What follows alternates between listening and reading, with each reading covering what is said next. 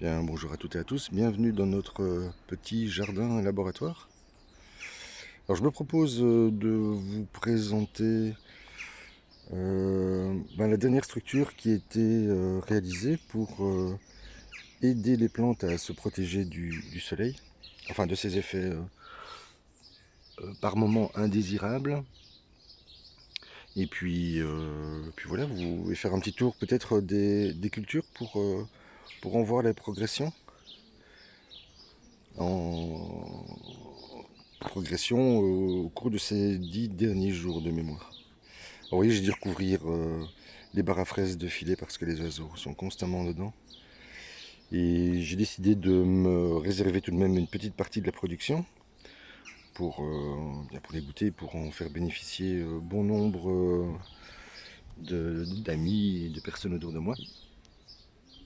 Et je vais leur laisser les petites jardinières qui sont là-bas, de manière à ce qu'ils s'en régalent également.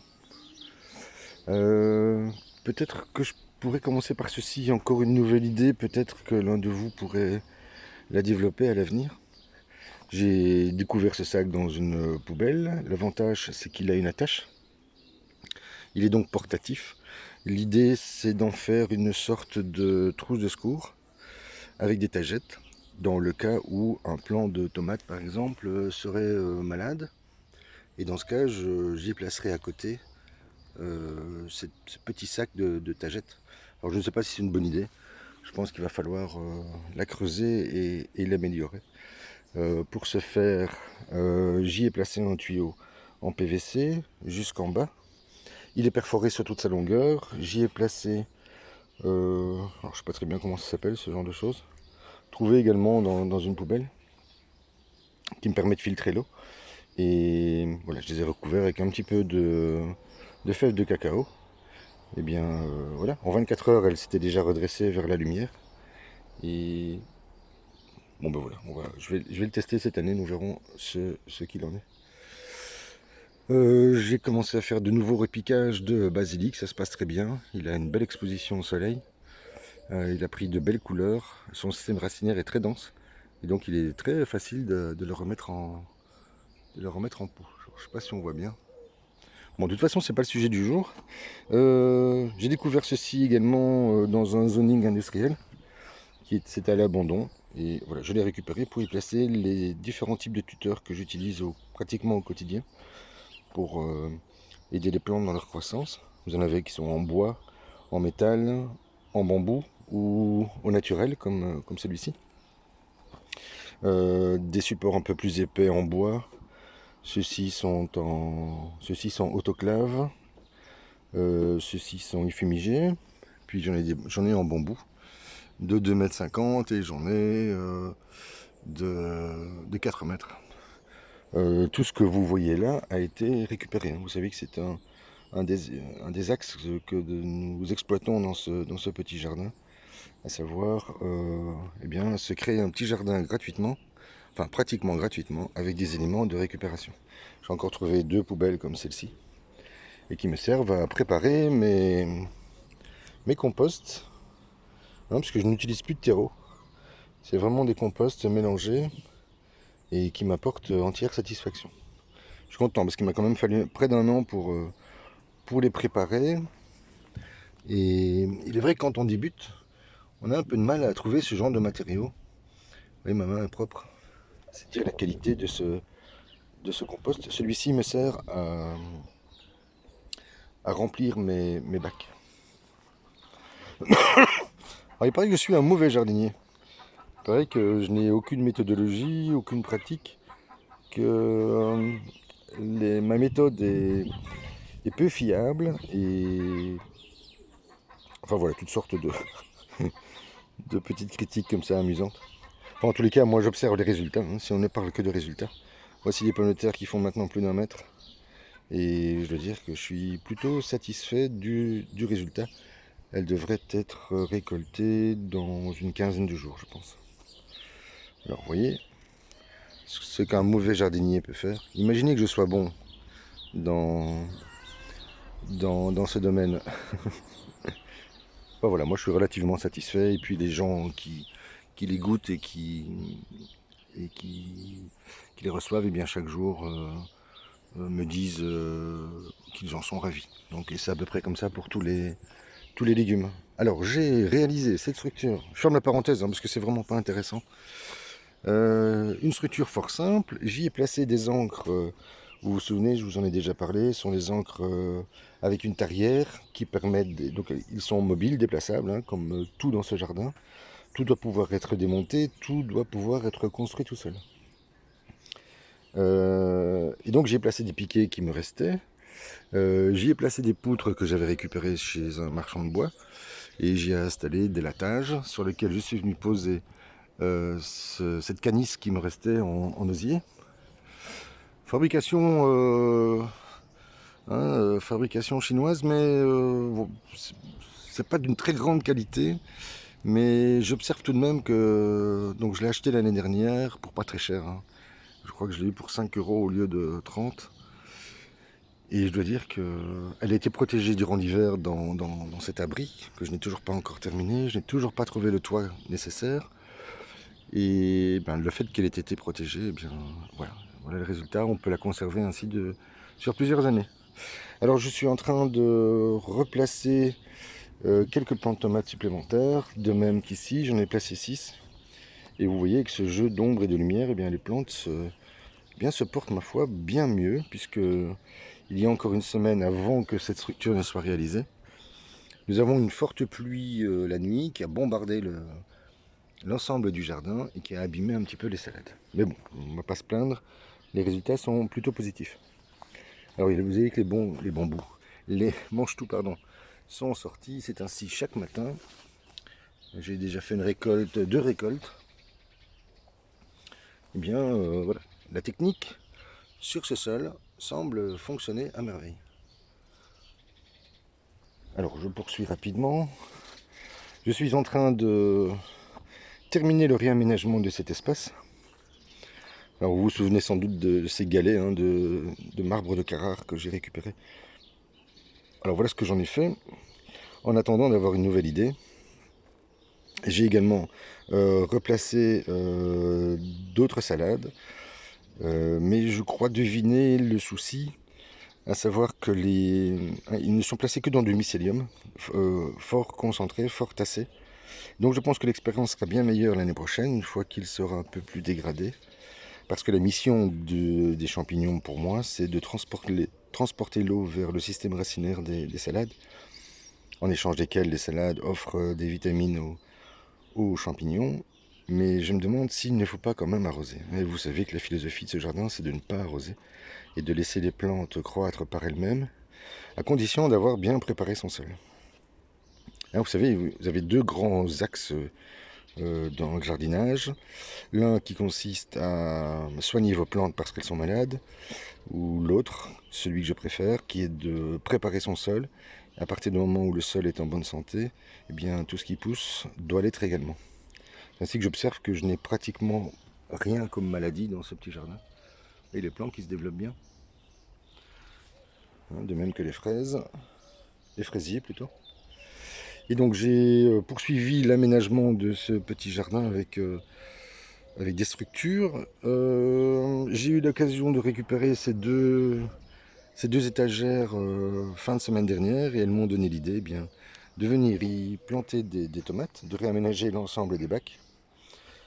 Et à l'aide de suspentes, les plants seront guidés le long de ces étagères qui en hiver seront rangées et me permettront d'y placer du matériel en stock.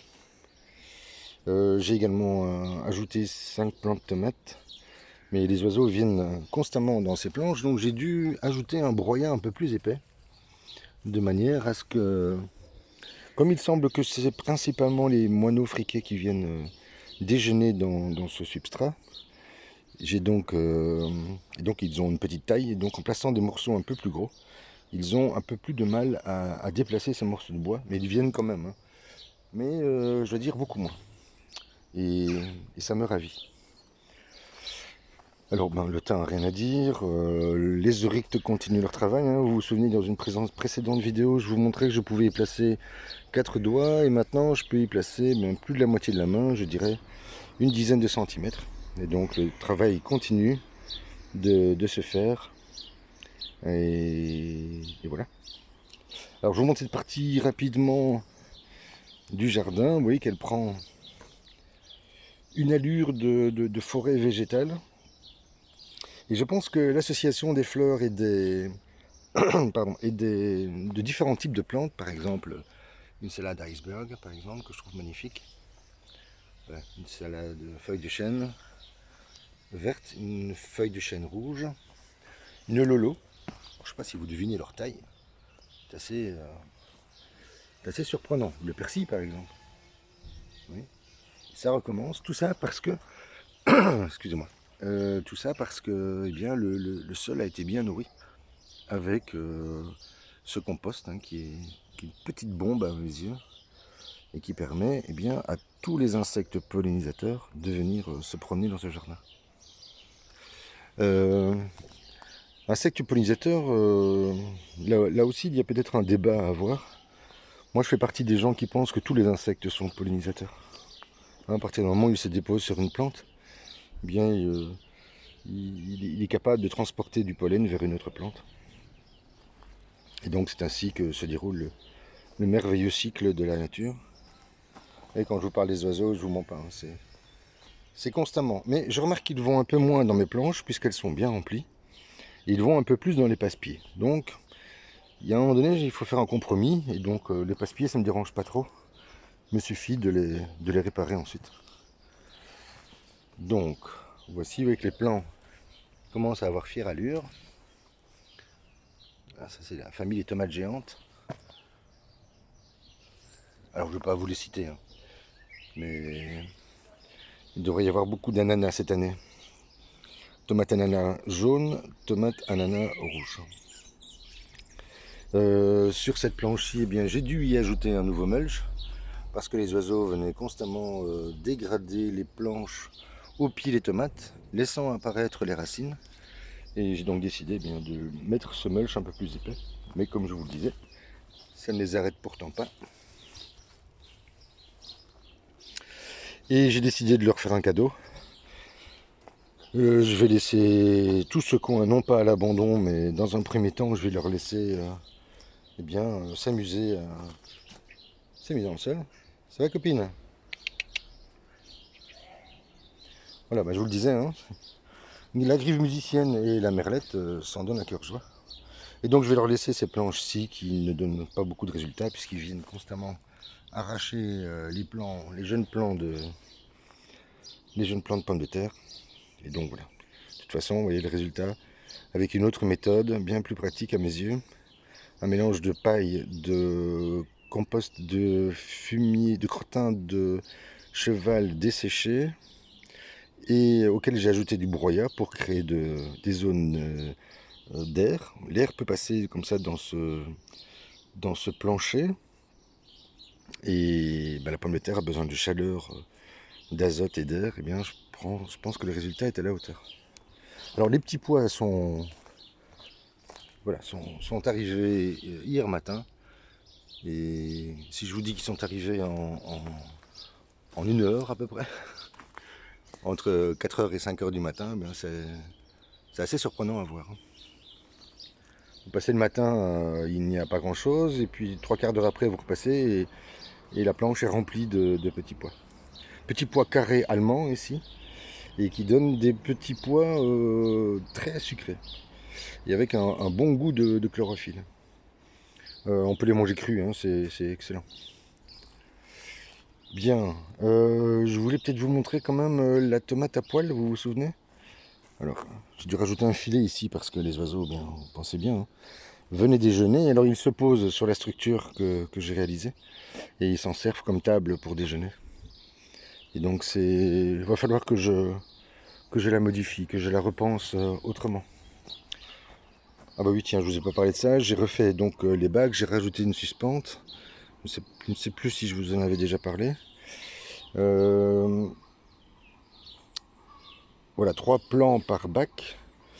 Et alors 2 types de systèmes racinaires différents. Parce que je m'aperçois que quand j'enlève la racine d'une salade, j'abîme un peu les plants de tomates, notamment dans ces planches. Et donc je préférerais à l'avenir ne devoir euh, couper la salade, mais uniquement au niveau racinaire, et venir planter une seconde salade à côté. Donc ça m'évitera ainsi d'abîmer les futurs plants de tomates. Alors ici également ça a été réalisé, j'y ai ajouté du basilic. Je commence à en mettre un peu dans le jardin puisque ils sortent quasiment tous. Tiens, je vous invite également à laisser vos plants d'ortie à côté de vos plantes alimentaires. Euh, D'abord, elles sont, comme vous le savez, des plantes bio-indicatrices, donc elles vous donnent la nature du sol, une indication sur la nature du sol, et vous savez ici qu'il y a beaucoup d'azote dans le sol. Et puis, une fois de temps en temps, une fois qu'elles ont 30 cm à peu près, qu'elles sont juste avant d'entrer en floraison, eh bien, vous pouvez les retirer avec leurs racines et préparer vos purins. Donc, moi, je pratique de la sorte et je dois dire que je suis relativement satisfait. Alors, je vous disais que je laisse les fraises aux oiseaux. Ben, je parlais de celles-ci principalement. Celles qui sont voilà, dans toutes ces jardinières. Alors, je vous montre la tomate à poil et puis je vous laisserai. Tiens, entre parenthèses, vous voyez que les courgettes sont pratiquement toutes en fleurs. Voilà, c'est une bonne chose. Donc, voici la fameuse tomate. Donc, qui est très particulière quand même. Voilà, et voilà, elle se porte bien, le plan s'est bien fortifié, toujours sans arrosage. Je sais que ça peut surprendre, mais c'est comme ça. Et voilà, comme quoi il est possible de jardiner autrement, d'obtenir une petite production de qualité, sans trop d'efforts, excepté à la construction et à la réalisation de ces planches. Et in fine, ben, vous voyez que le résultat est plutôt agréable. Allez, je vous remontre ces choux parce que moi je suis scotché. Voilà, je vous souhaite une très belle journée et je vous dis à très vite.